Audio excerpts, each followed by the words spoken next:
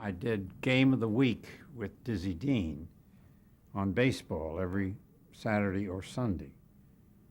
Dizzy was just a marvelous man. We used to get hundreds and hundreds of letters. Don't let him say he slid into third base.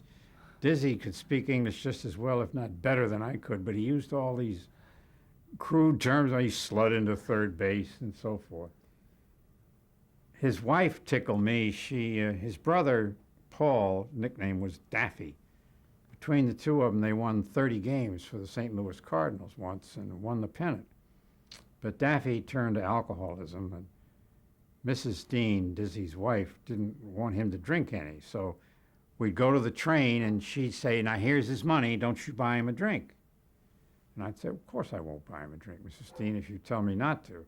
But Dizzy'd get on the train, and he'd go back to the club car, and he'd just open the door. He's a big man, about 6'3" or 4.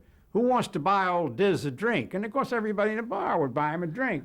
He wasn't a drunk, but that's how I didn't have to pay for it. He got his own free liquor that way. But who wants to buy old Diz a drink? I'll never forget him.